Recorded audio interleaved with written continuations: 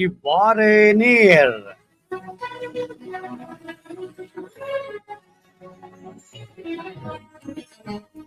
மற்றும் இவ்வாறு நீர்ச்சியிலும் கூட என்பது சந்திப்பது ஜே சந்திரா.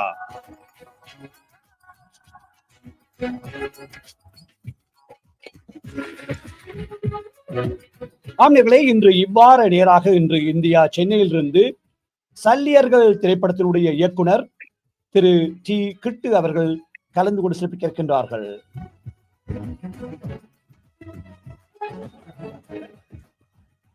ஆம்னர்களே, கிட்டு அவர்கள் இப்பொழுது தன்னுடைய பலத்த வேலைப்பழக்களுக்கு மத்தியில் எங்களுடன் இணைந்திருக்கிறார். அவர் இப்பொழுது வான் அலைகள் எடுத்துக் கொள்ள இருக்கிறேன். வணக்கம் திரு கிட்டு அவர்களே. வணக்கம் ஐயா. எப்படி இருக்கிறீர்கள் ஐயா? வணக்கம், நல்லா இருக்கு. நீங்க எப்படி இருக்கீங்க? சந்தோஷமா இருக்கிற ஒரு முக்கியமான ஒரு தமிழ் உணர்வோடு ஒரு முக்கியமான திரைப்படத்தை இந்த உலகத்துக்கு தந்திருக்கிறீர்கள் ஐயா. அதற்கு முதலில் பாராட்டுக்களும் எங்களுடைய வணக்கங்களும் கிட்டு அவர்களே உங்களுக்கு. நன்றி நன்றி. நிச்சயமாக. அதாவது சொல்லுங்களேன், அதாவது எப்படி உங்களுடைய சினிமா பயணம் ஆரம்பமானது? எப்படியெல்லாம் உங்களுடைய பங்களிப்பை சினிமாவுக்கு வழங்கியிருந்தீர்கள்? எத்தனையாம் ஆண்டு? அதை பற்றி எங்களுக்காக முதல் பகிர்ந்து கொள்ளுங்களேன். வணக்கம் ஐயா. என்னுடைய கல்வி தகுதி வந்து நான் பிடெக் பயோடெக்னாலஜி, நான் MTech environmental science and engineering. நான் பொதுவாகவே நான் ஒரு என்வாயன்மெண்டல் இன்ஜினியர். ஸோ நான் என்வாயன்மெண்டல் இன்ஜினியரிங் முடிச்சுட்டு நான் ஒரு தனியார் பொறியியல் கல்லூரியில் வந்து நான் பேராசிரியராக இருந்தேன். பிறகு இங்க வேலையெல்லாம் விட்டுட்டு நான் வெளிநாடு போயிட்டேன். அதுக்கப்புறம் கொரோனா வந்தது. திரும்ப அங்க உனக்கு வேலை இல்லை, நீ உங்க சொந்த ஊருக்கே போன்னு இங்க வந்தாச்சு. அப்புறம் திரும்ப நம்ம இந்தியாவுக்கு வந்ததுக்கு அப்புறம் தான் நம்ம வந்து த ரைஸ் ஆஃப் கரிகாலன்னு சொல்லி தலைவரோட ஆரம்ப கட்ட வாழ்க்கை வரலாறு வந்து ஒரு சின்ன ஒரு ஷார்ட் பிலிம் எடுத்தோம். அதுக்கு பிறகுதான் பாத்தீங்க அப்படின்னா நமக்கு வந்து கிரௌட் ஃபண்டிங் மூலியமா நம்ம ஒரு படமே பண்ணலாம்னு சொல்லி ஆரம்பிச்சோம். ஸோ அந்த இடத்துலதான் வந்து என்னுடைய திரைப்பயணம் ஆரம்பிச்சது. அந்த படமானது வந்து ஓடிடி பிளாட்ஃபார்ம்ல தான் ஃபர்ஸ்ட் ரிலீஸ் ஆனது. அது மேதகு 1. அது உங்க எல்லாத்துக்குமே தெரியும். மேதகு 1 மட்டும் நான் டைரக்ட் பண்ணேன். இன்னைக்கு நான் தமிழ் பிலிம் இண்டஸ்ட்ரிக்குள்ள போய் என்னுடைய முதல் படமா நான் வந்து சல்லியர்கள் பண்ணியிருக்கேன். இவ்வளவுதான் திரைப்படம். ஆனால் ஒரு கேள்வி உண்டு. இப்ப எல்லாரும் வந்து திரையுலகத்துக்கு குறிப்பாக தென்னிந்திய சினிமாவை பொறுத்தவரையில் இள சினிமா வித்தியாசமா போறது, புலம்பெயர்ந்த சினிமா தமிழ் உணர்வோடு போய்கொண்டிருப்பது. ஆனால் ஒரு இந்தியாவில் இருந்து எல்லாரும் கமர்ஷியலைஸ், அதாவது வியாபார நோக்கமாக போகின்ற பொழுது நீங்கள் எப்படி இந்த தமிழ் தேசிய உணர்வோடு ஈர்க்கப்பட்டு இப்படியான திரைப்படங்களை வெளியில மக்களுக்கு கொண்டு வரணும் என்று உத்தேசித்தீர்கள்? இல்ல, இது வந்து நமக்கான படங்க. இது இப்படிதான்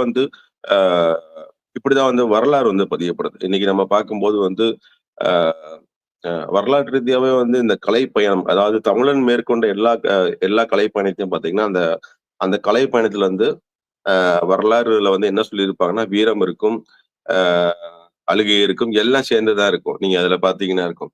அப்போ இங்க என்ன முற்படுது அப்படின்னா, நீங்க வந்து சங்க இலக்கியத்துல இருந்து எல்லாத்துலயுமே எடுத்து பாத்தீங்க அப்படின்னா, நம்மளுடைய வரலாறுகள் வந்து எந்த இடத்துலயுமே வந்து தொய்வு இல்லாம வந்து அது வந்து ஒரு பாடலாவோ இல்ல வந்து ஒரு நாடகமாவே பண்ணிட்டு இருப்பாங்க.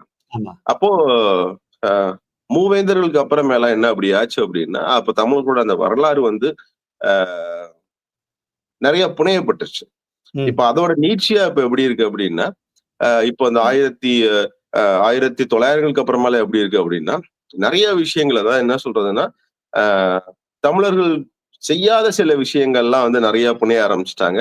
அதுக்கப்புறம் தான் நம்ம யாரை திரும்பி பார்க்கும்போது நாம் தமிழர்னு சொல்லும் போது எல்லாத்துக்கும் ஒரு சின்ன கோவம் வருது. அப்ப வரலாற்று ரீதியாவே வந்து இப்பதான் தமிழன் வந்து நாம் தமிழர்னு சொல்லும் போது எல்லாத்துக்கும் கோவம் வருதுன்னா, அப்ப அதுக்கு பின்னாடி ஏதோ ஒரு விஷயம் இருக்கிற மாதிரி இருக்கு நமக்கு.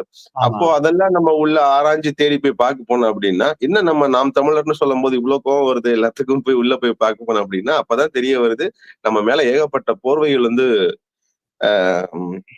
போத்தப்பட்டிருக்கு. இப்ப அதெல்லாம் நம்ம உடைச்சு வெளியில எரிஞ்சு வரணும் அப்படின்னா, இது வந்து கலையின் ஊடாவதான் இதை உறுதியா நம்ம செய்ய முடியுங்கிறது எனக்கு ஒரு சின்ன நம்பிக்கை. என்னதான் நம்மளுக்கு அரசியல் பலம் இருந்தாலும் அரசியல்ல கண்டிப்பா என்னைக்குமே நல்லது நடக்கும்னு சொல்ல முடியாது.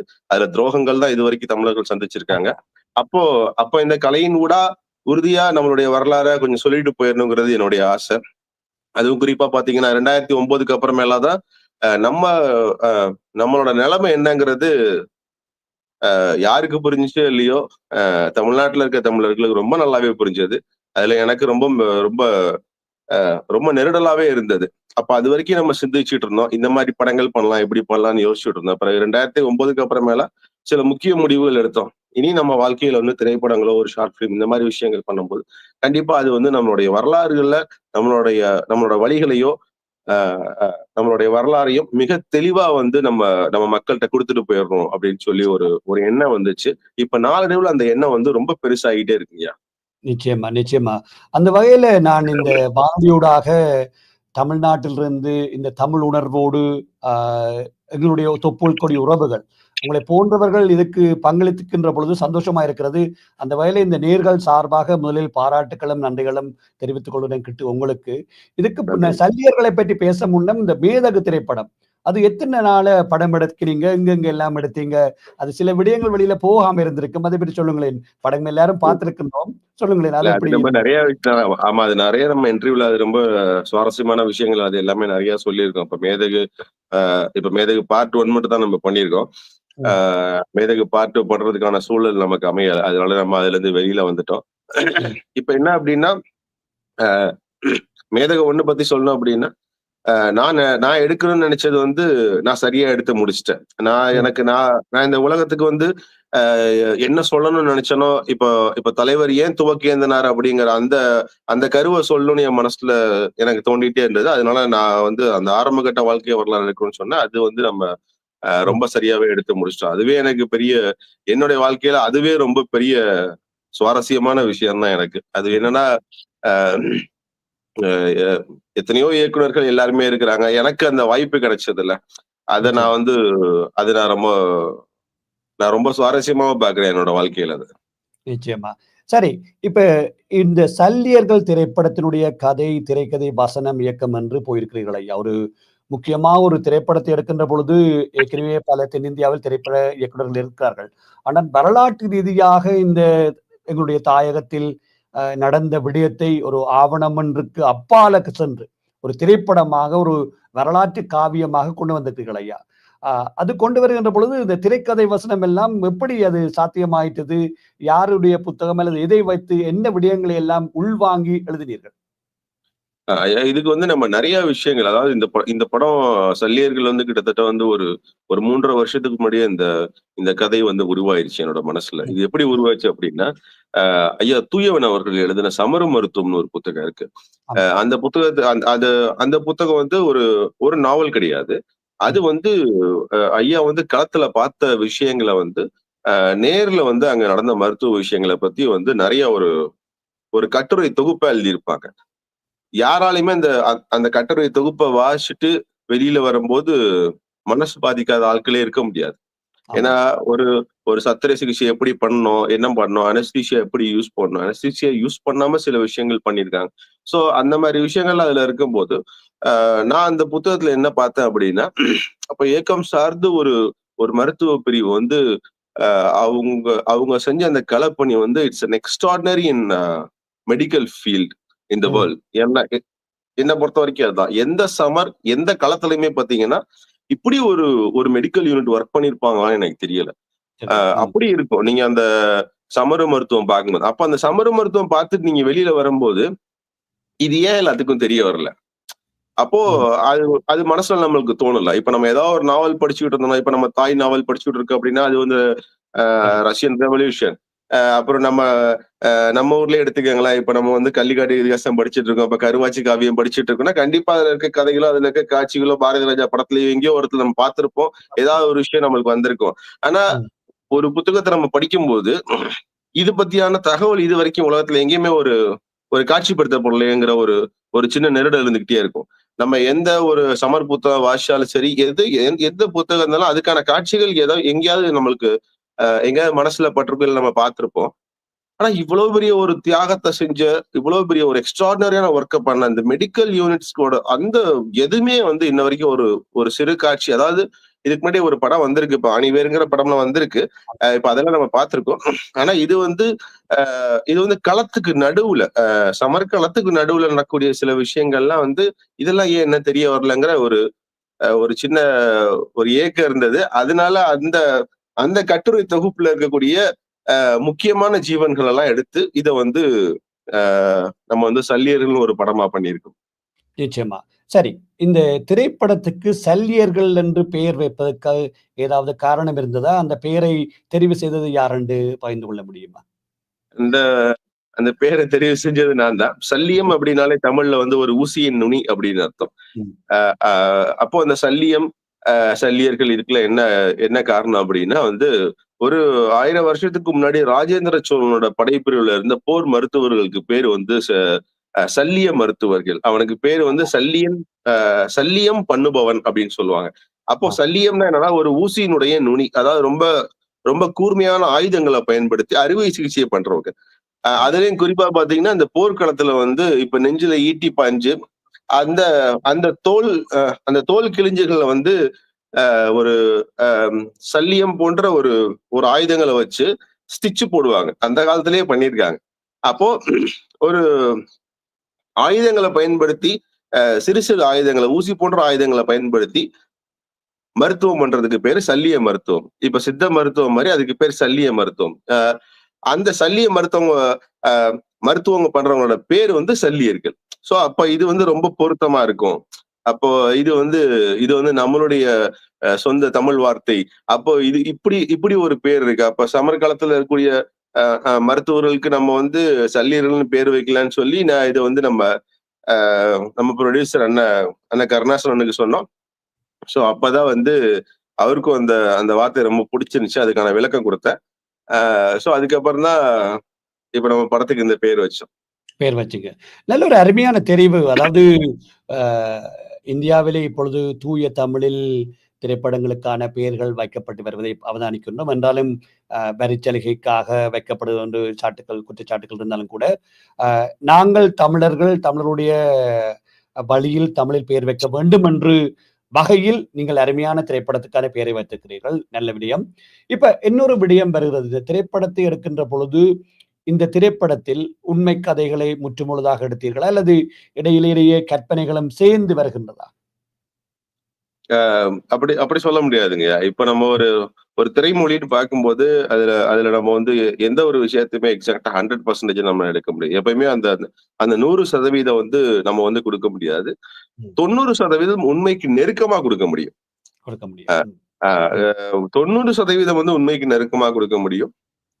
அந்த மாரி ரா ஃபிலிம்ஸ்லாம் இதுவரைக்கும் எனக்கு தெரிஞ்சு, இங்க தமிழ்நாடு நம்ம தமிழ் ஃபிலிம் இண்டஸ்ட்ரில வந்திருக்கிறது ரொம்ப குறைவு தான்.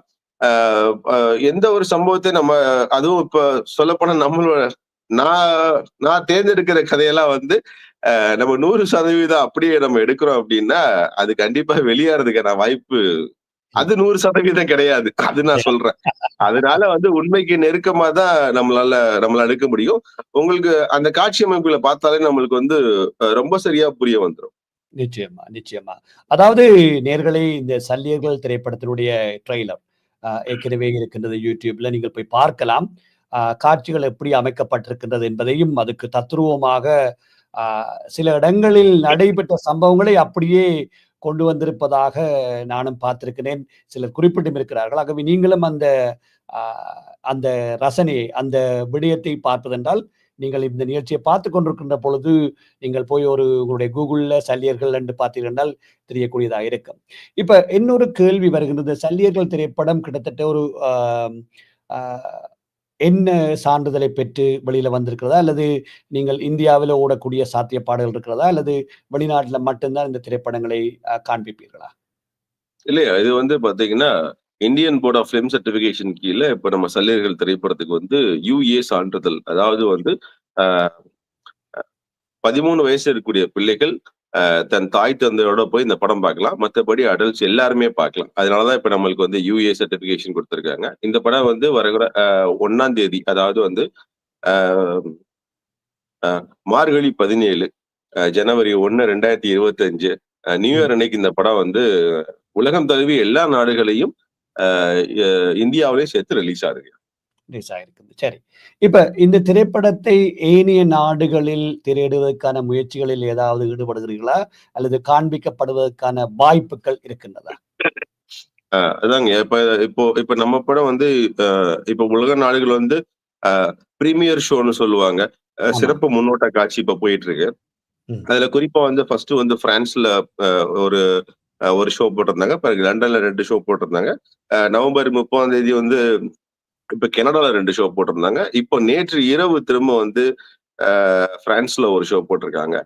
திரும்ப 12ஆம் தேதி வந்து திரும்ப லண்டன்ல ஒரு ஷோ இருக்கு. ஸோ அந்த ஷோ முடிச்சுட்டு அண்ணன் கருணாஸ் இந்த படத்தோட அ தயாரிப்பாளர் அவங்க திரும்ப சென்னை வர்றாங்க. ஐயா இதுல பார்த்தீங்கன்னா, இதுவரைக்கும் வந்து இப்ப நம்ம நம்ம வெளிநாடுகள் வந்து பிரீமியர் ஷோ மட்டும் தான் போட்டுருக்கோம்.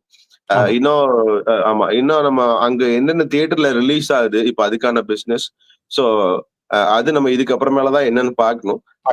ஸோ அதனால ஆமா. இப்ப அதனால வந்து இப்ப உலக நாடுகள்ல வந்து அ இப்போ இந்த தியேட்டர்ஸ்லாம் எடுத்து ரன் பண்ணக்கூடிய அ அ முக்கியமான ஆட்கள் யாரு இருக்கிறாங்க? அதாவது இந்த சினிமா சார்ந்த ஆட்கள் இருக்காங்கன்னா, அவங்க கண்டிப்பா வந்து நம்மளோட தொடர்புக்கு வரலாம். ம். அதிலயும் குறிப்பா வந்து என்னுடைய தொடர்புக்கு வரலாம். அ இப்ப வெளிநாடுகள்ல இப்ப 1ஆம் தேதி அ இப்ப ஏதாவது தியேட்டர்ல நம்ம ரிலீஸ் பண்றோம் அப்டின்னா, அது சம்மந்தமா கண்டிப்பா அவங்க என்ட்ட பேசலாம். நிச்சயமாக, நிச்சயமாக. ஆம் நேயர்களே, நீங்கள் இந்த திரைப்படத்தை உலகத்தின் எந்த மூலையிலும் பார்த்துக் கொண்டு இருந்தீர்கள் இந்த நேர்காணலை. அ அ தயவு செய்து அவர்களை தொடர்பு கொண்டு அந்தந்த நாடுகளில் ஒரு முக்கியமான பிரீமியர் ஷோவை முன்னுக்கு போட்டு காட்டுங்கள். அதன் பின்னர் நீங்கள் மற்றைய சினிமாக்களிலும் போடுவதற்கான வாய்ப்புகளை கிட்டுவுடன் தொடர்புகளை ஏற்படுத்தி செய்யுமாறும் அன்போடும் தாழ்மையோடும் கேட்டுக்கொள்கின்றோம். இப்ப இது முற்றுமுழுதாக தயாரிப்பாளர் கருணாஸ் அவர்கள் நடிகரும் பாராளுமன்ற உறுப்பினருமான அவர்தான் எடுத்திருந்தாரா? அல்லது வேறு யாராவது கை கொடுத்திருந்தார்களா? இது தயாரிப்பாளரா? இது ஆமா. இது வந்து ரொம்ப முக்கியமான விடயம் தான். ஆனா இந்த இந்த கதைய வந்து நான் முதல்ல வந்து கருணாசன்ட்ட சொல்லும்போது அவர் ரொம்ப சந்தோஷப்பட்டாரு. இத நம்ம கண்டிப்பா நம்ம எடுக்கணும் கிட்டு. இத நான் உங்களுக்கு அ இதுக்கான பொருளாதார உதவியா நான் உங்களுக்கு செய்றேன்னு சொன்னாரு. பட் அவரு ஸ்டார்ட் பண்ணும்போது அவருக்கு கை குடுத்தது வந்து அண்ணன் ராவணன், அ அண்ணன் ராஜேந்திரன் 2 பேரும் மிகப்பெரிய தமிழ் தேசிய உணர்வாளர்கள். ம். அவங்க 2 பேரும் தான் இந்த படத்த வந்து ஆரம்ப கட்டத்துல இந்த ஷூட்டிங் ஸ்டார்ட் பண்ணும்போது, அவங்க தான் வந்து அ பொருளாதார ரீதியா வந்து மிகப்பெரிய உதவி பண்ணியிருக்காங்க. அப்போ இந்த நிச்சயமாக. படத்துக்கு வந்து ஆமா. அ அ கோ அ கோ புரொடியூசர்ங்கிற பேர்ல வந்து இப்ப அண்ணன் ராவணன் அண்ணன் இருக்காங்க. அப்புறம் ராஜேந்திரன் அண்ணன் இருக்காங்க. அப்புறம் வந்து சாத்தனூர் அண்ணன். அப்புறம் திருச்சியில இருக்கக்கூடிய சிவா அண்ணன். அப்ப நிச்சயமாக, நிச்சயம். இவங்க எல்லாருமே சேர்ந்து தான் உதவி பண்ணி இந்த படத்த வந்து இன்னைக்கு எடுத்துட்டு வந்திருக்காங்க. அதுல ரொம்ப ரொம்ப முன்னாடி நின்னு இந்த படத்த வந்து ஒரு ஒரு ஒரு கலை ரீதியா சில விஷயங்கள் வந்து நெறைய திருத்தம் பண்ணி, அ இத வந்து இப்படி கொண்டு போய் மக்கள்ட்ட சேர்த்தா, அ அ கமர்ஷியலா நல்லா இருக்கும்ன்னு சொல்லிட்டு, இப்ப இந்த மியூசிக் விஷயத்துலலாம் வந்து ரொம்ப இசை இசை வடிவத்துல ரொம்ப உதவி பண்ணது வந்து அண்ணன் கருணாசன். அண்ணன் கருணாஸ். ஆமாம். நிச்சயமாக. அதாவது கனடாவில் கூட அண்மையில் அந்த பிரீமியர் ஷோவில் கூட கலந்து கொண்டு மிகவும் ஆழமான கருத்துக்களை எல்லாம் வெளியிட்டிருந்தார். அத்தோடு இந்த திரைப்படத்தில் அவர் முக்கியமான ஒரு கதாபாத்திரத்தில் நெஞ்சை தொடுகின்ற ஒரு கதாபாத்திரத்தில் நடித்தது மட்டுமல்லாம, அது ட்ரெய்லர்ல பார்க்கின்ற பொழுது வசனங்களும் இந்த தூள் பறக்கும் என்று சொல்வார்களே, அருமையான எழுத்துக்கள் கிட்டு. அந்த வகையில உங்களுக்கு தான் பாராட்டணும் என்றால், அதை கேட்கின்ற பொழுது, "எங்கிருந்து ஐயா இந்த வசனங்கள் உங்களிடமிருந்து வந்தது?" என்று கூட கேட்கின்ற அளவுக்கு இருக்கிறது. நான் முகஸ்துதிக்காக சொல்லவில்லை. உங்களுடைய திறமையை அங்க பார்க்கக்கூடியதா இருக்கிறது. பாராட்டுக்கள் இந்த வேளையில மீண்டும் ஒரு முறை கிட்டு உங்களுக்கு. நன்றி, நன்றிங்க. மகிழ்ச்சி. ஆமாம். ஒரு சிறிய இடைவேளைக்கு பின்னர் மீண்டும் இணைந்து கொள்வோம். நேயர்களே, இந்த நிகழ்ச்சியில் உலகத்தின் எந்த மூலையிலும் இருந்தால் கூட நீங்களும் கலந்து சிறப்பிக்கலாம். நீங்கள் செய்ய வேண்டியதெல்லாம் ஒன்றே ஒன்று, உங்களுடைய விருப்பத்தை அல்லது உங்களுடைய தெரிவை எங்களுக்கு மின்னஞ்சலாக அனுப்பி வைக்க வேண்டும். நீங்கள் மின்னஞ்சல் செய்ய வேண்டிய முகவரி atbcsongs@hotmail.com என்பதையும் உங்களுக்கு மீண்டும் அறிய தருகின்றோம். இந்த நிகழ்ச்சியானது பிரதி திங்கட்கிழமைகளில் இரவு 9:30 மணிக்கு, அதாவது சிட்னி நேரம் இரவு 9:30 மணிக்கு ஏடிபிசியுடைய தனிப்பட்ட வானொலியூடாகவும், ஏடிபிசியுடைய முகநூல், ஏடிபிசியுடைய யூடியூப் சேனலூடாகவும், அத்தோடு ஏடிபிசியுடைய இணையத்தினூடாகவும் சமகாலத்தில் எடுத்து வரப்படுகிறது என்பதையும் உங்களுக்கு அறிய தருகின்றோம். இப்ப ஒரு திரைப்படத்தை எடுப்பது என்பது இலகுவான காரியமாக இருந்தாலும் கூட அதை திரையில் கொண்டு வாரது. இன்னும் எத்தனையோ திரைப்படங்கள் 10 வருடம், 15 வருடங்கள் வராமலே இருக்கிறது. சில சில தணிக்கை சான்றிதழ் காரணமாக ஒரு உதாரணமா சொல்லணும்னா துருவ நட்சத்திரத்தை எடுத்துக்கொள்ளலாம். அதிலே ஒரு வசனம் 2 படங்கள் வரவில்லை. என்றாலும் இந்த திரைக்கு கொண்டு வாரது என்பது மிக ஒரு சவாலான விடயம் கிட்டு. அந்த வகையில நீங்கள் இதை பிரீமியர் ஷோவ கொண்டுட்டீங்கள். இந்தியாவிலும் வர இருப்பதாக குறிப்பிட்டிருந்தீர்கள். இதுக்கு வேறு யாராவது உங்களுக்கு உதவி செய்ய வேண்டும் என்று நீங்கள் எதிர்பார்க்கிறீர்களா? அல்லது எப்படியான உதவியை இந்த புலம்பெயர்ந்த தேசத்தில் உள்ளவர்கள் செய்ய வேண்டும் நீங்கள் எதிர்பார்க்கிறீர்கள்? அதாங்க. இப்ப நமக்கு வந்து இப்போ நீங்க சொன்னத நான் வந்து முழுமையா உள்வாங்கிட்டேன். ஏன்னா, ஒரு திரைப்படம் கூட நம்ம எப்படியா எடுத்து முடிச்சிடலாம். ஆனா, அத ரிலீஸ்ன்னு வரும்போது தான் நம்ம வந்து ஏகப்பட்ட சிக்கல சந்திக்கிறோம். ஆனா, நம்ம பொறுத்தவரைக்கும் வந்து அ இப்ப நம்ம இப்ப நம்ம படம் எடுத்து முடிச்சே கிட்டத்தட்ட வந்து 2 வருஷம் ஆயிருச்சு. அதுலயும் நம்ம ம், வந்து தணிக்கை சான்றிதழ் பெற்று 1 வருஷத்துக்கு மேல ஆயிடுச்சு. ம். அப்போ அப்போ என்ன ஒரு ஒரு ஒரு மனசுல ஒரு முக்கியமான விடயம் வருது அப்படின்னா, இந்த படத்த இப்ப நம்ம ரிலீஸ் பண்ணா, இதுக்கான பொருளாதார சூழலும், அந்த படம் வந்து வெற்றி பெற்றுமா? நம்ம ஏன்னா இப்போ புரொடியூசர் அண்ணன் அண்ணன் கருணாசன் அண்ணாவா இருக்கட்டும். இப்ப அவரு அதுல ஒரு தொகை நம்ம இன்வெஸ்ட் பண்ணியிருக்கோம் அப்படின்னா, அந்த தொகை வந்து திரும்ப அவருக்கு வந்தா தான், இது மாரியான படங்கள் எடுக்கிறதுக்கு அவரும் முன் வருவாரு. ஆமா. மத்தவங்களையும் வந்து நம்ம அ முன்வர வைக்க முடியும். ஏன்னா, ம். உண்ம. இப்படியான ஒரு விஷயங்கள்ல நீங்க வந்து பார்த்தீங்க அப்படின்னா, தமிழ் சினிமாவ பொறுத்தவரைக்கும் இது ஒரு ஒரு கலைய கடத்துறத தாண்டி ஒரு ஒரு முக்கியமான வரலாற கடத்துற ஒரு ஒரு கருவியா பயன்படுத்துறத தாண்டி, இதுல வந்து ம். ஒரு பெரிய ஒரு வணிகம் இருக்குங்கயா. ஆமா. நெறைய பேர் நீங்க நீங்க தமிழ் இண்டஸ்ட்ரியில வந்து நீங்க வந்து விரல் விட்டு சொல்லிறலாம். ஒரு 100% வந்து ஒரு 20, 30% தான் வந்து பார்த்தீங்க அப்படின்னா, இத வந்து ஒரு ஒரு கலை கண்ணோட்டத்தோட பார்ப்பாங்க. அதுல எந்த விதமான சறுக்கல் வந்தாலும், இல்ல வந்து உங்களுக்கு உங்களுக்கு பணமே திரும்ப கிடைக்காம போனாலும், மீண்டும் மீண்டும் அந்த அந்த கலைய நோக்கி ஓடக்கூடிய ஆட்கள் வந்து மிக குறைவு. அப்ப இதுல ஒரு 70% என்ன நடக்கும் அப்படின்னு பார்த்தீங்கன்னா, முழுக்க முழுக்க வந்து முக்கியமான பெரிய பெரிய ஹீரோஸ் வச்சு ஒரு ஒரு வணிகம் சார்ந்த ஒரு விஷயமா இன்னைக்கு வந்து சினிமா வந்து மாறிருச்சு. இதெல்லாம் வந்து ஆ இப்போ ரொம்ப அ ஒரு ஒரு சிறிய உதாரணம் சொல்றேன் உங்களுக்கு. முன்னாடி வந்து இந்த சினிமாவுக்கு முன்னாடி வந்து 50, 60ல வந்து ஊர் ஊரா போய் நம்ம வந்து நாடகம் போடுவோம். ஏதாவது ஆமா. ஒரு கதைய எடுத்துக்கிட்டு நம்ம வந்து நாடகம் போடுவோம். அந்த நாடகம் நல்லா இருந்தா தான் அடுத்த தடவ அவன ஊருக்கு கூப்பிடுவாங்க. உண்மை, அப்பதான் உண்மை. அவனுக்கு தேவையான பொருட்கள் கிடைக்கும். அப்பதான் அவன் வந்து வணிக ரீதியா வெற்றி பெறுவான். அப்போ நம்ம எடுக்கக்கூடிய அந்த திரைப்படங்களும், அ அ இயக்குனர்களும் இப்ப என்ன மாரி போன்ற இயக்குனர்களுக்கு அ அ மனசுல ரொம்ப முக்கியமான ஒரு விஷயம் வேணும். யாரு உங்களுக்கு பணம் அதுல இன்வெஸ்ட் பண்றாங்களோ, அந்த இன்வெஸ்ட்மென்ட்ட நீங்க திருப்பி குடுக்குற அளவுக்கு நீங்க வந்து அந்த கலைப்படைப்ப மாத்தி வைக்க முடியும். அப்பதான் உங்களுக்கான வாய்ப்பும் மீண்டும் மீண்டும் கிடைக்கும். கிடைக்கும். உங்களுடைய நோக்கம் வந்து வெற்றியாகும். நிச்சயமா, அப்போ நிச்சயமா. ஆமா. அப்போ இதுல வந்து நாங்க இப்ப எந்த இடத்துல இருக்கோம் அப்படின்னு பார்த்தீங்கன்னா, இப்ப நாங்க ரிலீஸ்க்காக வெயிட் பண்ணிட்டு இருக்கோங்கய்யா. இப்ப தமிழ்நாட்டுல இப்போ சாதாரணமா ஒரு படத்தோட ரிலீஸோட மினிமம் பட்ஜெட் பார்த்தீங்க அப்படின்னா, 25,00,000 to 30,00,000 ஆகும். ஒரு ஒரு ஒரு 30,00,000 ஆகும்னு வச்சுக்கோங்களேன். அது ம். பிறகு அதுக்கு ப்ரமோஷன் அது இதுன்னு நான் சொல்றது மினிமம் பட்ஜெட். மினிமம் ஒரு மினிமம் பட்ஜெட். ஒரு ஒரு 150 தியேட்டர்ல இப்ப இன்னைக்கு நம்ம எடுத்த படத்த போடுறோம்னா, அதுக்கான செலவு வந்து பார்த்தீங்கன்னா, 25 வந்து ஒரு 30,00,000 இப்போ ம்.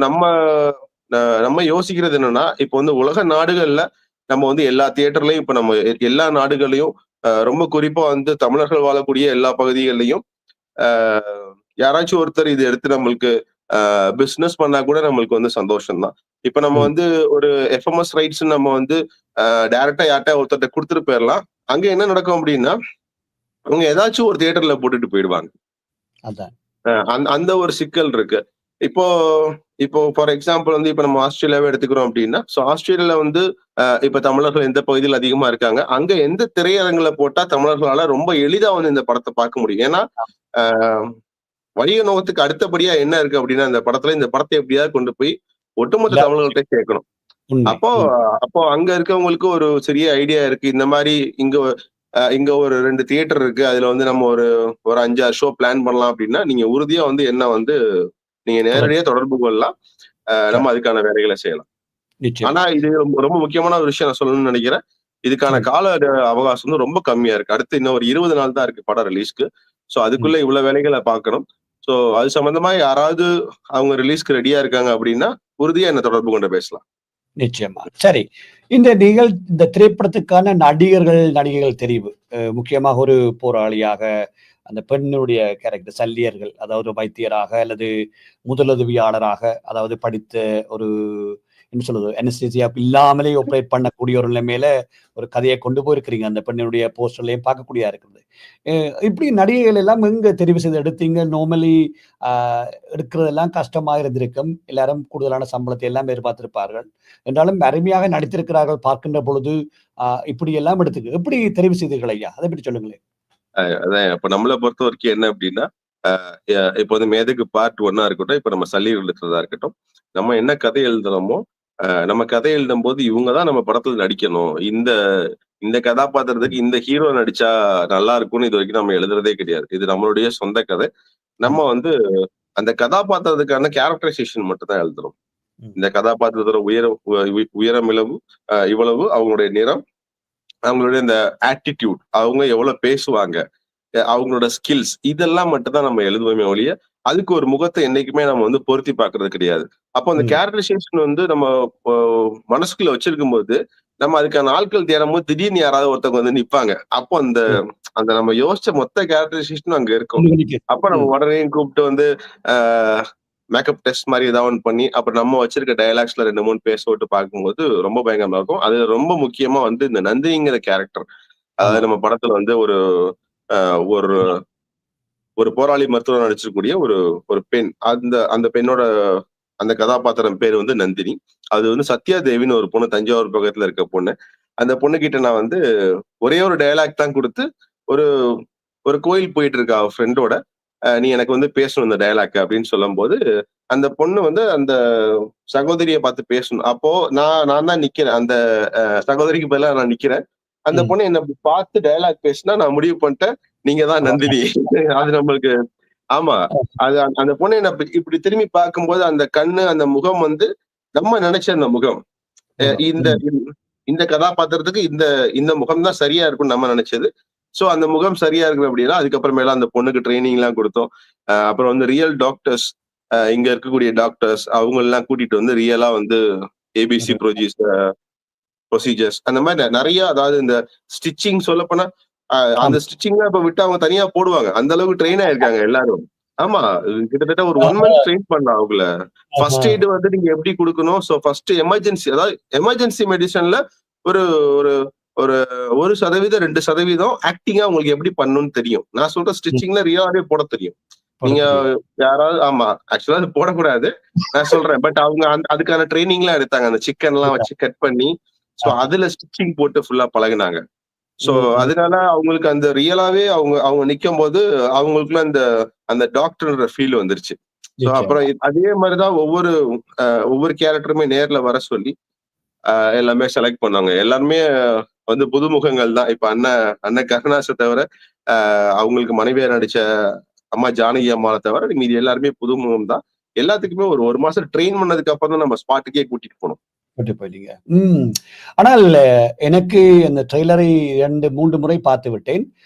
எனக்கு தெரியவில்லை அவர்கள் புதுமுகம் என்று சொல்லக்கூடிய அளவுக்கு இல்லை. மிகவும் அருமையாக நடித்திருக்கிறார்கள். பார்க்கவே அந்த சொல்றது, எப்ப தியேட்டர்ல போய் பார்ப்பேன் என்ற ஒரு உணர்வை கண்டிப்பா, தந்திருக்கின்றது கண்டிப்பா. நிச்சயமாக. இந்த திரைப்படம் கிட்டத்தட்ட எவ்வளவு நேர திரைப்படமாக வெட்டி எடிட்டர் எல்லாம் வெட்டி எவ்வளத்துக்கு தந்திருக்கிறார் உங்களுக்கு?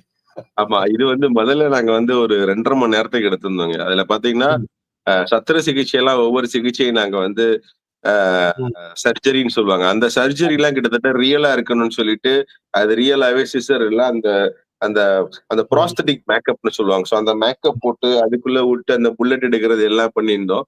அவ்ளோ கஷ்டப்பட்டு எல்லாம் ஒர்க் பண்ண பார்த்தா எல்லாம் சென்சார் பண்ணிட்டாங்க. அந்த இடத்துல வந்து பிளர் போடுங்க அப்டின்ட்டானுங்க. அப்புறம் நம்ம அந்த இடத்துல பிளர் போட்டாச்சு. இப்போ என்னன்னா, இப்ப அப்படிலாம் பார்க்க போனா அதெல்லாம் ரொம்ப ரியலா ரொம்ப நேரம் எடுத்திருந்தோம். அது விஷுவலாவே நெறைய காமிச்சிருந்தோம் அந்த மாரி. ஸோ அதெல்லாம் பார்க்கும்போது இப்படிதான் ட்ரீட்மெண்ட் பண்ணுவாங்களா? அப்படின்ற மாரிலாம் நெறைய விஷயங்கள் எடுத்திருந்தோம்.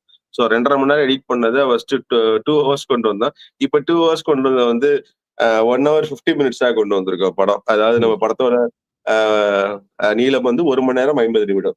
நிச்சயமா. ஆனால் நான் கிட்டு பல இயக்குனர்களை நேர்காணலுக்கு இணைத்திருக்கின்றோம். ஆனால் நான் குறிப்பிடுவது இந்திய படங்கள், அதாவது இந்திய படங்களுக்குல பெருசா வார இல்ல. ஆனால் ஜக்கி சாண்டியோ வேற ஒரு திரைப்படத்தை எடுத்தால், பின்னாலே இருக்கும் அந்த எடுத்த படம் ஷூட் எப்படி பண்ணப்பட்டது, அதை விட திரைக்கு பின்னாலன்னு சொல்லி அல்லது வெட்டப்பட்ட காட்சிகளை மக்களுக்கு குடுப்பார்கள். நீங்களும் அப்படி குடுத்தீர்கள் என்றால் அது வீணாகாது என்று என்னுடைய ஒரு அன்பான வேண்டுகோள். இதை நீங்கள் எங்கேயொரு தரவில ஒரு பதிவேற்றம் செய்தீர்கள் என்றால், இது என்பும் பேசப்படும். அதாவது இவ்வளவு கஷ்டப்பட்டு கிட்டுகண்டவர் இந்த திரைப்படத்தை எடுத்திருக்கிறாரே, ஆனால் திரையில் இல்லை. ஆனால் இந்த காட்சி இருக்கின்றது என்ற ஒரு பதிவு நாங்கள் எவ்வளவு காலாகாலமும் இருக்கும் என்பது என்னுடைய தாழ்மையான கருத்து. எப்படியாவது உள்ளுக்க வெளியில அதையும் கொண்டு வாருங்கள். உறுதியா கொண்டு வந்துரும். நான் ரிலீஸ்க்காக தான் வெயிட் பண்ணிட்டு இருக்கேன். ரிலீஸ் ஆகட்டும். கண்டிப்பா அது எல்லாமே நம்ம உள்ள கொண்டு வந்துடலாம். ஆமா.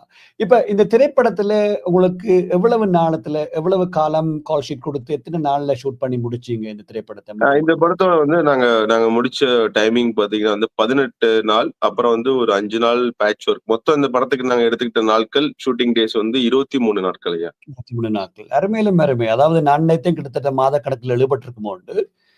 கேட்கும் பொழுது இதுவரைக்கும் நான் சந்தோஷமா மாத கணக்குல எடுத்ததே இல்லைங்கய்யா. இல்ல. அதாவது கேட்கின்றேன் இந்திய சினிமாவில் அப்படித்தானே பேசப்படும். கால் ஷீட்டில் அவரை கொண்டு வரக்கூடிய வாய்ப்பு இல்லாமல் இருக்கலாம். எல்லாரையும் ஒரே நேரத்தில் கொண்டு வருவது கஷ்டமா இருக்கலாம். அல்லது இயற்கையினுடைய சோதனைகள், கஷ்டங்கள் மற்றது இது சென்னையில முற்று முழுதாக எடுத்தீர்கள் அல்லது வேறு இடங்களுக்கெல்லாம் சென்னீங்களா? இது எல்லாமே படம் ஷூட் பண்ணது எல்லாமே பாத்தீங்கன்னாய்யா, அது நான் ரிலீஸ்க்கு ஆனதுக்கு அப்புறமேலா நான் அந்த விஷயங்கள் எல்லாமே சொல்லுங்க. சொல்லலாம்ன்னு இருக்கேன். ரைட். ஏன்னா, சரி. அது எந்தெந்த இடங்கள்ல எடுத்தோங்கிறது அந்த சர்ப்ரைஸ் முக்கியமான தெரிஞ்சிருச்சுன்னா, "ஓ! இங்க தான் எடுத்தீங்களா?" அப்படின்ட்டு போயிடுவாங்க அது. ஸோ அதனால ரைட். அந்த திரைக்கு வந்து விஷயங்கள வந்து ஆமா. அது அது நமக்கு அது அது எல்லாருமே ரிலீஸ்க்கு அப்புறமேலா கண்டிப்பா லொகேஷன்ஸ பத்தி பேசுவாங்க. அப்ப நம்ம ம். லொகேஷன்ஸ நம்ம அப்ப காட்டி குடுத்துட்டோம்னா, அவங்களுக்கு ஒரு ஆச்சரியமாவும் இருக்கும். அவங்களும் அத நோக்கி செல்றதுக்கான வழிகள் நெறைய இருக்கு. மாடிகளும் இருக்கு. நிச்சயமாக. அருமையிலும் அருமை. நான் எல்லா விதமான கேள்விகளையும் கேட்பது வழமை. அதனால தான் அதை கேட்டிருந்தேன். சரி, இந்த சரிங்க. திரைப்படத்தில் ஏதாவது பாடல் காட்சிகள் அல்லது ஏதாவது வருகின்றதா ஐயா? பாடல்கள். ஐயா புரியலங்க உங்களோட கேள்வி. பாடல்கள். பாடல்கள் பாடல்கள் ஏதாவது பாடல்கள் இருக்கு. இது வந்து அதான் இது ரொம்ப முக்கியமான விஷயம். நீங்க படம் பார்த்துட்டு இருக்கும்போது, உங்களுடைய மனசு வந்து ஓரளவுக்கு ஒரு மாரி ஒரு அழுத்தம் குடுத்து அ அ கண் கலங்கி நின்றதுன்னா, ஒரு பாடல் வரி ஒண்ணு வரும். ஐயா வைரமுத்து அவர்கள் எழுந்தது. ம், தாய் அ "தாயே கண்ணீர் முட்டுதடின்னு" ஒரு ஒரு பாடல் வரி இருக்கும். ம், "தாய்ப்பால் மண்ணில் கொட்டுதடின்னு" எழுதியிருப்பார். ம். நீங்க வந்து அந்த 2 வரிகளும் வந்து நம்ம அப்பதான் ஒரு ஒரு ஒரு கனத்த இதயத்தோட உட்கார்ந்திருக்கோம் அப்படின்னா, "தாயே கண்ணீர் முட்டுதடி, தாய்ப்பால் மண்ணில் கொட்டுதடின்னு" எழுதியிருப்பார். அந்த ரத்தம் வந்து சிந்தியிருக்கிறத வந்து, அ தாய்ப்பால் மண்ணில் கொட்டுதடின்னு சொல்லும்போது, நின்ன கண்ணீர் கீழ விழுந்துருங்கய்யா. இது ஆஹா. உறுதியா என்னால சொல்ல முடியும். உறுதியா என்னால சொல்ல முடியும். அதாவது ஐயா வைரமுத்து அவர்களுடைய அந்த அந்த வரிகள் வந்து என்னுடைய காட்சி அமைப்புகளுக்கு அ மிகப்பெரிய பலம். நான் ஐயா வைரமுத்துவோட ஒரு ஒரு மிகப்பெரிய ரசிகன். முக்கியமா நான் எழுத ஆரம்பிக்கிறதுக்கு முக்கிய காரணம் வந்து 2 பேர் தான். ஒண்ணு வைரமுத்து ஐயா, அவருடைய புத்தகங்கள் எல்லாமே படிச்சுட்டேன். அவருடைய புத்தகங்கள் தான் என்னுடைய லைப்ரரியில அதிகமா நான் வச்சிருப்பேன். நான் ஒரு சின்ன லைப்ரரி வச்சிருக்கேன் வீட்ல. ம், ம். அதுல ஐயாவோட புத்தகங்கள் தான் முதல்ல இருக்கும். 2ஆம் கட்டமா யாரோட புத்தகங்கள் அதிகமா தேடி தேடி வாங்குவேன்னா, இறையன்பு ஐஏஎஸ். ஆஹா. ஐயா மாரி வந்து உங்களால வந்து வரலாறு அவ்ளோ அவ்ளோ அவ்ளோ படிச்ச மனுஷன். அ இறையன்பு ஐஏஎஸ் ஐயாவோட அந்த புத்தகங்களும் என்னுடைய லைப்ரரியில எல்லா எல்லா படைப்புகளுமே இருக்கும். இவங்க 2 பேத்தோட எல்லா படைப்புகளுமே இருக்கும். ஏன்னா இவங்க 2 பேருமே ஒரு எளிய நடையில முக்கியமா ஆராய்ச்சி பண்ணி எழுதக்கூடிய ஆட்கள். அ இருக்கு. அ ம். அ இப்ப வைரமுத்தையாவோட நீங்க எந்த நாவல் எடுத்தீங்கனாலும், அதுக்குள்ள வந்து ஒரு சயன்ஸ் டீச்சர் இருப்பாரு. உங்களுக்கு ம். எல்லா சயின்ஸையும் சொல்லிக் குடுத்துட்டே வருவார். அதுவும் குறிப்பா அந்த என்வைரன்மென்டல் சயின்ஸ் மாரியான சில விஷயங்கள ரொம்ப சரி. தெளிவா வந்து அந்த அ அத வந்து கதையில புகுத்தி உங்களுக்கு சொல்லிக் குடுப்பாங்க. அப்போ ஒரு வாத்தியார் வந்து நம்மளுக்கு நமக்கு பாடம் எடுக்குறாரு. ஆனா, அவர் வந்து கவிதை எழுதக்கூடிய வாத்தியார்னா நம்மளுக்கு எவ்வளவு சந்தோஷமா இருக்கும். அவர் எப்படி பாடம் எடுப்பாரு? அந்த மாரி தான் வந்து இறையன்பு ஐஏஎஸ் ஐயாவும் சரி, அ வைரமுத்து ஐயா. அதனால தான் நான் ஐயாவுக்கு ஒரு ஒரு ஒரு முக்கியமான மதிப்பு குடுத்திருப்போம். அ கவிப்பேரரசு வைரமுத்துவின் வரிகளில் தி. கிட்டுவின் படைப்புன்னு தான் போட்டிருப்போம் அந்த இடத்துல. ஆமா. ஆமா. அந்த ஆமா. கேள்வியை அந்த நான் கேள்வியை நான் அந்த கேள்வியை நான் கேட்கணும் என்றிருந்தீர்கள். நீங்கள் அதுக்கு முன்னமே சொல்லி அந்த கேள்வியை ஆமா. சொல்லி அது பதில் சொல்லி அது நான் அதை அவருக்கு நான் குடுக்கணும்னு நெனச்ச ஒரு முக்கியமான கௌரவம். அந்த இடத்துல என்னோட பேர் வரும்போது, நான் வந்து ஐயாவோட அது ஒரு சின்ன ஒரு ஒரு ஆசையும் கூட எனக்கு. முன்னாடில இருந்து எனக்கு ஒரு ஆசை அது. அ வைரமுத்துவின் வரிகளில் தீக்கிட்டுவின் படைப்பு சல்லியர்கள்னு வரணும்னு எனக்கு ஆசை. அப்புறம் அதுக்கான அனுமதிலாம் அப்ப கருணாசன்ட்ட கேட்கும்போது, அதெல்லாம் ஒண்ணும் பிரச்சனை இல்ல. அதெல்லாம் நல்லா தான் இருக்கு. ஸோ அது ரொம்ப முக்கியமான விஷயங்க. இந்த மாரி விஷயங்கள் நம்ம நேம் போடும்போது வந்து, இப்ப புரொடக்ஷன் சைட்ல சொல்லுவாங்க. அப்படிலாம் நீங்க மென்ஷன் பண்ணணும், அப்படி மென்ஷன் பண்ணணும். ஆனா இதுவரைக்கும் ஒரு ஒரு திரைப்படத்துல உள்ள பூந்து அ இந்தந்த இடங்கள் இப்படி பண்ணணும், அப்படி பண்ணணும்னு சொல்லி எந்த விதமான குறுக்கீடும் இல்லாத ஒரு முக்கியமான புரொடியூசரா நான் வந்து அன்னை கருணாசன பார்த்தேன். முழு சுதந்திரம் குடுத்தாரு எனக்கு. நிச்சயமாக. நான் நினைக்கின்றேன் அவர் இந்த நிகழ்ச்சியை பார்த்து அல்லது கேட்டார் என்றால் மிகவும் சந்தோஷப்படுவார். ஒரு தமிழ் உணர்வோடு இன்றும் பயணித்துக் கொண்டிருப்பவர் கருணாஸ் அவர்கள். அவர்களுக்கு உங்களுடைய பாராட்டுகளும் நன்றிகளும். அதுல கண்டிப்பா. ஒரு உணர்ச்சி பூர்வம் நடித்தும் இருக்கின்றார். ப்ரொடியூசரா இருந்தது மட்டுமல்லாமல் இந்த திரைப்படத்தோடு பயணித்து உணர்ச்சி பூர்வமாக நடித்தும் இருக்கிறார். அது பார்க்கின்ற பொழுது மிகவும் அருமையாக இருக்கின்றது. இப்ப இந்த திரைப்படத்தை எடுக்கின்ற பொழுது ஏதாவது சவால்கள் அல்லது கஷ்டங்கள் ஏதாவது வந்ததா? அல்லது அதை சொல்ல காட்ட முடியுமா? அல்லது ஒன்றுமே இல்லையா? இல்ல கருணாசன கூட இருக்கும்போது எனக்கு எந்த சவாலும் இல்ல, எந்த கஷ்டமும் இல்லையா. எனக்கு ஷூட்டிங் பெர்மிஷன்ஸ் எல்லாமே டைரக்ட்டா லீகலா எனக்கு வந்து அ அ எல்லாமே வாங்கி குடுத்துட்டாங்க.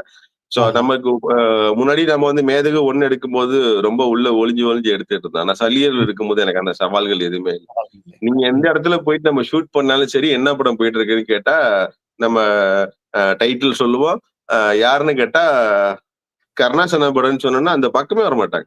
ஓகே. வரமாட்டார். அப்ப எல்லாமே லீகலா இருக்கும்.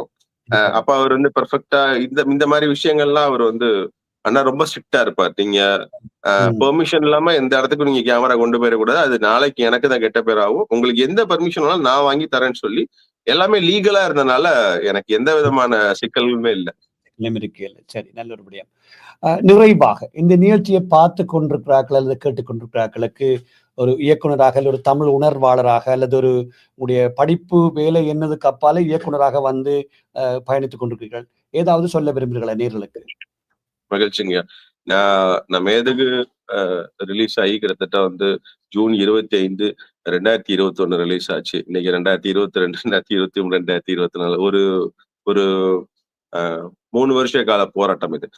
அப்போ என்ன அப்டின்னா, நான் மீண்டும் மீண்டும் என்ன கேட்கிறேன், அ தமிழர்கள்ட்டயும் நான் என்ன கேட்கிறேன் அப்டின்னா, நம்மளுடைய வரலாற ஒரு சிறிய பொருளாதாரத்துல அ என்னை போன்ற இயக்குனர்கள் அ அத படைக்கணும்னு ஆசைப்பட்டு, அவங்களா ஏதாவது ஒரு விஷயத்த எடுத்துட்டு வரும்போது, அதுல ஏதாவது தவறுகள் இருந்தா, அந்த தவறுகள நீங்க சுட்டிக்காட்டி, அத வந்து முழுமையா திருத்தம் பண்ணி, இது ஒரு நல்ல வரலாற்று படம். இந்த மாதிரியான படங்கள் நம்ம எல்லாரும் பார்க்கணும் அப்படிங்கிற ஒரு ஒரு ஒரு அங்கீகாரத்த அவங்க வந்து இந்த சல்லியர்கள் படம் மூலியமா உருவாக்கி குடுக்கணும்னு நான் நினைக்கிறேன். ஏன்னா, அந்த நம்பிக்கை எனக்கு இருக்கு. ஏன்னா, இது கண்டிப்பா வந்து யாரையும் டிசப்பாயிண்ட் பண்ணாது. ம், கண்டிப்பா ம். இந்த படம் பார்க்கும்போது அவங்களுக்குள்ள ஒரு ஒரு ஒரு ஏக்கம் உண்டாகும். ஏன் இந்த படம்லாம் ஏன் இவ்ளோ பெரிய ஒரு ஒரு நல்ல பட்ஜெட்ல அ எடுத்திருக்கலாமே அப்படிங்கிற ஒரு ஒரு ஏக்கம் வரும்போது, ஆமா. அவங்களுக்குள்ளே சில விஷயங்கள் தோணும். அப்ப இந்த மாரி படங்களுக்கு வந்து நம்ம நம்ம ஆதரவு குடுக்கணும்னு தோணும். அ படம் உங்களுக்கு பிடிக்கலாம், பிடிக்காம போலாம். ஆனா, ரொம்ப சொற்பமான அளவுல தான் நம்மளுடைய வரலாறையும், மொழிகளையும் சொல்லக்கூடிய திரைப்படங்கள் இன்னைக்கு திரைக்கு வருது. அந்த படங்களுக்கு ஒ ஒட்டுமொத்த தமிழர்களும் ஆதரவு தரணும்னு நான் நான் கேட்டுக்கிறேன். வேற எதுவுமே வந்து நம்ம அவங்கள்ட்ட இருந்து நம்ம நம்ம எதிர்பார்க்கல. நீங்க நீங்க தரக்கூடிய இந்த சின்ன சின்ன ஆதரவு தான் வந்து நாளை என்னை போன்ற இயக்குனர்கள் வந்து அதிகப்படியா வந்து தமிழ் திரையுலகுல வர்றதுக்கான அ நிச்சயம். வாய்ப்புகள உருவாக்கும். உண்மை, உண்மை, உண்மை. சரியாக சொன்னீர்கள் கிட்டு அவர்களே. அதாவது அ நான் ஏற்கனவே ஆரம்பத்தில் குறிப்பிட்டிருந்தேன். வியாபார உலகத்தில் தென்னிந்திய சினிமா கோடிக்கணக்கில் போய்க்கின்ற பொழுது, ஒரு வரலாற்று ரீதியாக அதுவும் பக்கத்து நாட்டினுடைய உண்மை சம்பவத்தை எல்லாம் அதை புத்தக ரீதியா வாசித்து, ஒரு வித்தியாசமான கதைக்கருவை உருவாக்கி, சரியான தமிழ் பெயரையும் வைத்து படத்தை எடுத்திருக்கிறீர்கள் ஐயா. அந்த வகையில உங்களுடைய பணி சிறப்பாக இருக்கிறது. நான் நினைக்கிறேன் உங்களுடைய விடயத்தை நேர்கள் அல்லது இதை பார்த்துக் கொண்டிருக்கிறார்கள் அல்லது பார்க்க இருக்கிறார்கள் வடிவா கேட்டு அதை அ பின்பற்றுவார்ன்னு நம்புகின்றேன். மற்றும் கிட்டு அதாவது நான் உங்களை அணுகிய பொழுது எந்த விதமான தயக்கமுமின்றி, "அண்ணா பண்ணலாம், பண்ணிடலாம்" என்று சொல்ற அந்த அட்டிட்யூட், அந்த ஒரு மனப்பான்மை எனக்கு நல்லா பிடித்துக் கொண்டது. அப்போ பார்த்துக்கொண்டேன், ஓஹோ! இவர் நல்ல ஒரு திரைப்படத்தை தந்திருப்பார் என்ற ஒரு சந்தோஷம் எனக்கு அப்பவே ஏற்பட்டது. முகம் தெரியாத நட்புகள் உ இந்த உங்க திரை நம்பிக்கை வீண் போகாதுன்னு நானும் நம்புறேன். நிச்சயமா, நிச்சயமாக. மகிழ்ச்சி. ஆ முகம் தெரியாத நட்புகளை எல்லாம் இந்த அ சமூக ரீதியான அல்ல சினிமா ரீதியாக எங்களுக்கு தந்து கொண்டிருக்கிறது. அந்த வகையில மீண்டும் உங்களுடைய வேலைப்பளுக்களை எல்லாம் ஒரு பக்கம் ஒதுக்கி வைத்துக்கொண்டு, இந்த நிகழ்ச்சியில கலந்து கொண்டமைக்காக ஆஸ்திரேலிய தமிழ் ஒலிபரப்பு கூட்டுத்தாபனம் சார்பாகவும், இந்த நிகழ்ச்சியுடைய தயாரிப்பாளர் என்ற வகையில் என்னுடைய நன்றிகளையும், வாழ்த்துக்களையும் தெரிவிப்பது மட்டுமல்லாமல், இந்த சல்லியர்கள் திரைப்படம் மிகவும் வெற்றி பெற வேண்டும். அத்தோடு நீங்கள் இன்னும் பல படைப்புகளை படைத்து, அ ஒரு பிரபல்யமான இன்னும் இப்பவே நல்ல ஒரு பிரபல்யமான இயக்குனரா இருக்கிறீர்கள். இன்னும் பல விருதுகளையும், பட்டங்களையும் பெறணும் என்றும் என்னுடைய நன்றிகளையும், வாழ்த்துக்களையும் உங்களுக்கு தெரிவித்துக் கொள்கிறேன் கிட்டு அவர்களே. மிக்க நன்றி. நன்றி. ரொம்ப நன்றி, நன்றி. வணக்கம். சந்தோஷம். மகிழ்ச்சி. அதாவது நன்றி. நன்றி, வணக்கம். இருங்கள்.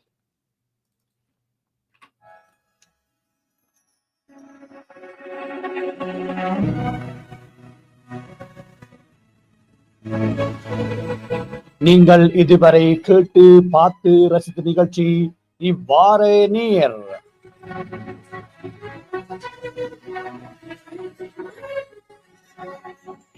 இவ்வாறு நேராக கலந்து சென்றிருந்தார் சென்னையிலிருந்து சல்லியர்கள் திரைப்படத்தினுடைய இயக்குனர் திரு டி கிட்டு அவர்கள்.